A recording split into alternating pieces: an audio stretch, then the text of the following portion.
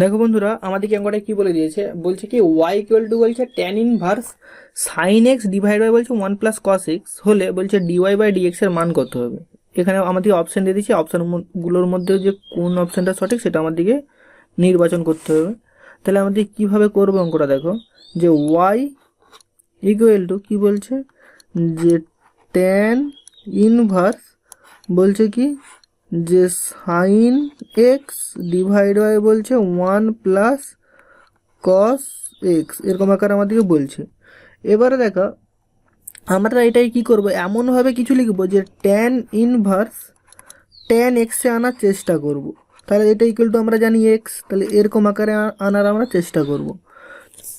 তাহলে আমরা এখান থেকে কি লিখতে পারি যে ওয়াই ইকুয়াল টু যে ট্যান ইনভার্স, আচ্ছা সাইন এক্সটাকে আমরা লিখতে পারি যে two sine X by two আর কস এক্স বাই টু, এরকম আকারে আমরা লিখতে পারি। আবার ওয়ান প্লাস কস এক্সটাকে লিখতে পারি আমরা যে two cos square X by two, এটা হচ্ছে অংশকোণ সূত্র, সাব মাল্টিপুল অ্যাঙ্গেলের সূত্র সব। তাহলে এখান থেকে কি লিখতে পারি যে Y equal to tan inverse, এবার দেখো এই টু এর সঙ্গে টু কেটে যাচ্ছে, আর দেখো cos cos X by two এর সঙ্গে cos square X by two কেটে যে কী পড়ে যাচ্ছে আমাদের, পড়ে রইল আমাদের sine X by two divide by cos X by two.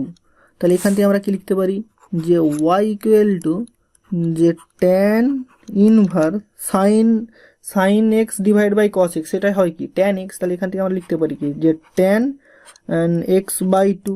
এবার দেখো আমরা কি জেনেছি প্রথমে যে tan inverse into tan x যদি হয় সেখান থেকে আমরা এক্স লিখতে পারি। তাহলে আমরা এখান থেকে কি লিখতে পারি, এখান থেকে লিখতে পারি যে ওয়াই ইকুয়াল টু হচ্ছে আমাদের যে শুধু আমাদের এক্স বাই টু।